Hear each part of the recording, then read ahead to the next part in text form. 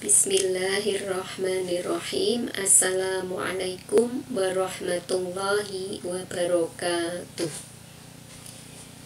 Anak-anakku kelas 8 yang saya banggakan, puji syukur senantiasa kita haturkan kepada Allah Subhanahu wa Ta'ala, yang mana kita sampai hari ini kita masih diberikan umur panjang, sehat, sehingga bisa belajar kembali pelajaran akidah akhlak. Untuk mengawali pelajaran hari ini, mari kita berdoa terlebih dahulu. A'udzu billahi minasyaitonir rajim. Bismillahirrahmanirrahim. Raditu billahi rabba wa bil islami dina wa bi Muhammadin nabiyya wa rasula. Rabbi zidni ilma warzuqni fahma. Amin. Semoga dengan berdoa kalian dapat belajar dengan baik dan memperoleh ilmu yang bermanfaat. Untuk hari ini kita akan melanjutkan pelajaran kemarin, yakni sifat utama Rasul Ulul Azmi. Kalau kemarin kita sudah mempelajari para Rasul Ulul Azmi, yakni Nabi Musa alaihissalam, Nabi Ibrahim alaihissalam, dan Nabi Nuh alaihissalam, maka pada hari ini kita akan membahas Nabi Isa alaihissalam dan Nabi Muhammad Shallallahu alaihi wasallam. Sebelum masuk pada materi, saya sampaikan tujuan pembelajaran yang harus kalian capai setelah pelajaran ini selesai. Yang pertama, diharapkan kalian dapat menjelaskan sifat utama dan keteguhan Rasulul Azmi, Nabi Isa alaihissalam dan Nabi Muhammad Shallallahu alaihi wasallam. Yang kedua, dapat menyebutkan kelompok orang yang pertama kali masuk Islam, atau yang sering dikenal dengan as-sabiqunal awwalun. Kemudian yang ketiga, dapat menjelaskan hikmah beriman kepada Rasulul Azmi dalam kehidupan. Kisah singkat Nabi Isa alaihissalam dalam perjuangannya. Nabi dan Rasulul Azmi yang keempat, yang juga banyak tantangan dan halangan yang dialami dalam berdakwah.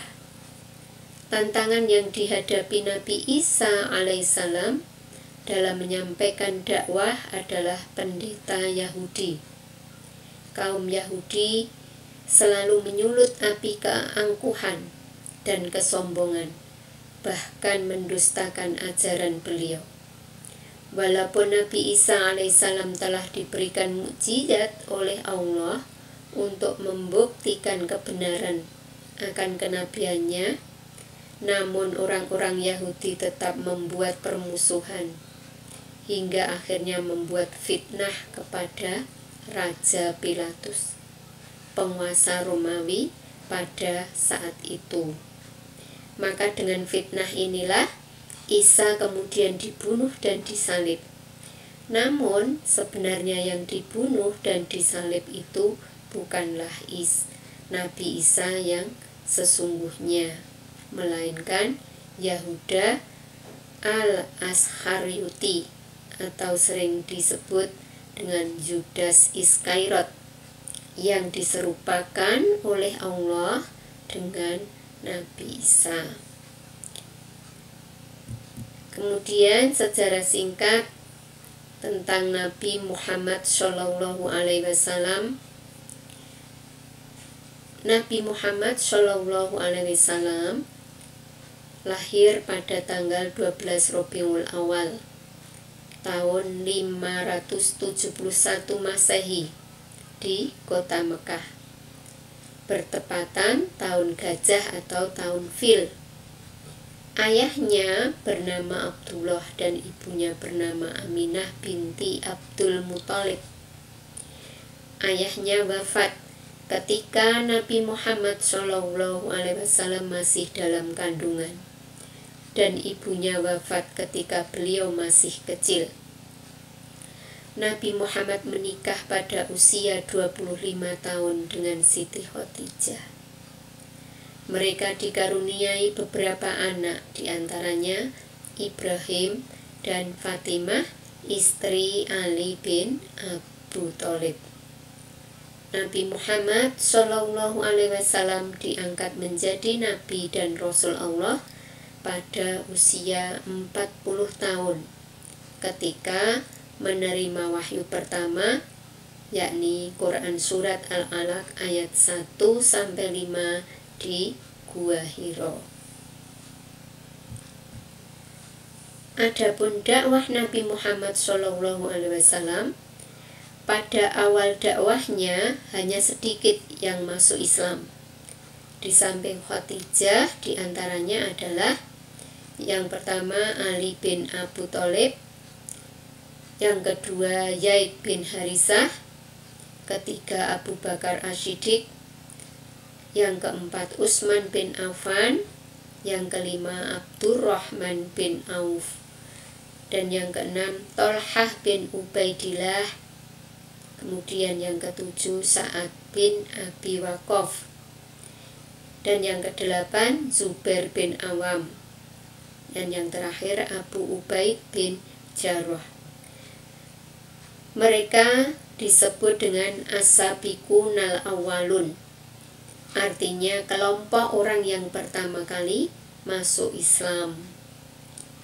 Sebelum hijrah, Nabi Muhammad SAW mengalami tahun kesedihan, yakni Amul Husni, karena ditinggal wafat dua orang yang berperan besar dalam hidupnya, yaitu Khadijah istrinya dan Abu Thalib pamannya.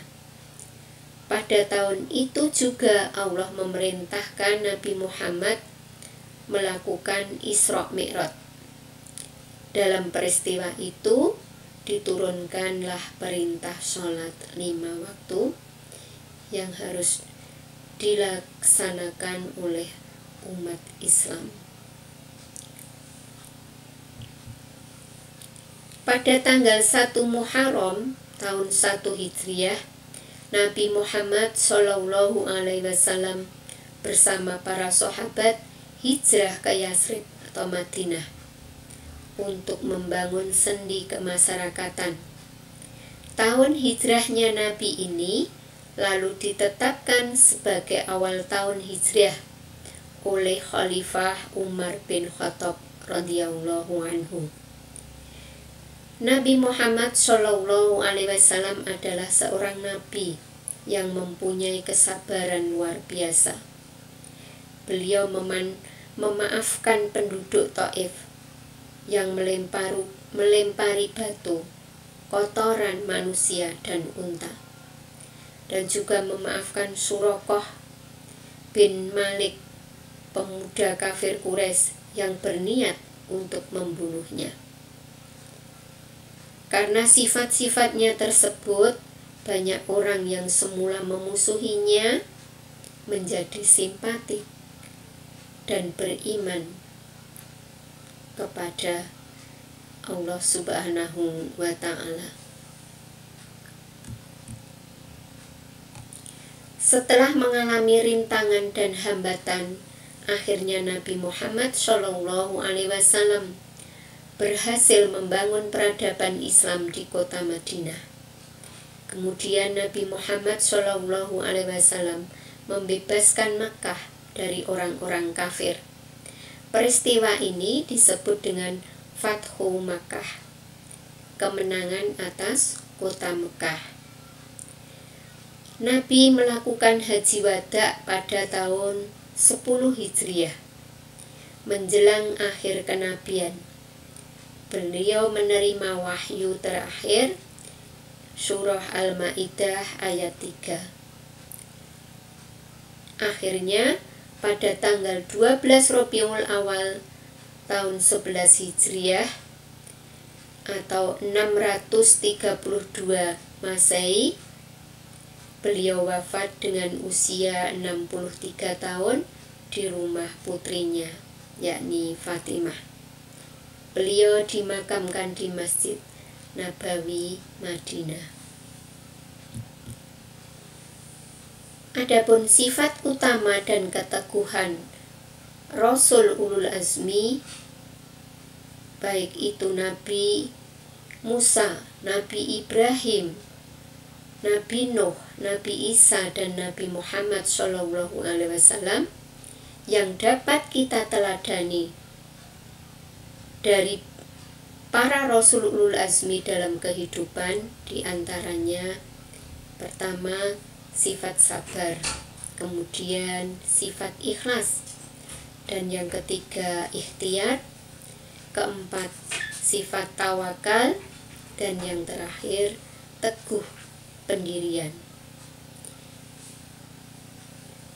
Demikian tentang sifat utama dan keteguhan Rasulul Azmi, Nabi Isa alaihissalam dan Nabi Muhammad Shallallahu alaihi wasallam. Dilanjutkan dengan hikmah beriman kepada Rasulul Azmi dalam kehidupan. Hikmahnya yang pertama adalah kita akan bertambah iman kepada Allah Subhanahu wa Ta'ala.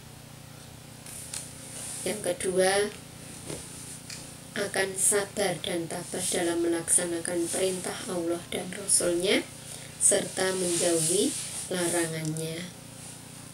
Kemudian yang ketiga, selalu bersyukur atas karunia Allah. Dan yang keempat, ikhlas menerima ujian, cobaan yang dialami. Kelima, mempercayai tugas-tugas yang dibawa Rasul. Kemudian yang keenam, mencintai, menghormati, mengagungkan Rasul.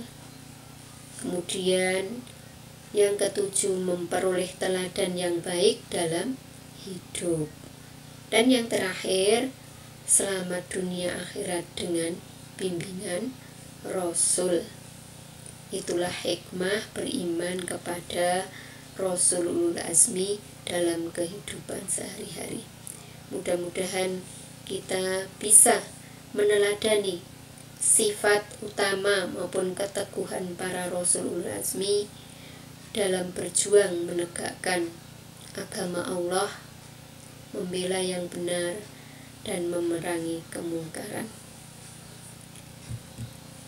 Untuk mengakhiri pelajaran hari ini, silahkan anak-anak berlatih menjawab pertanyaan di bawah ini dengan benar.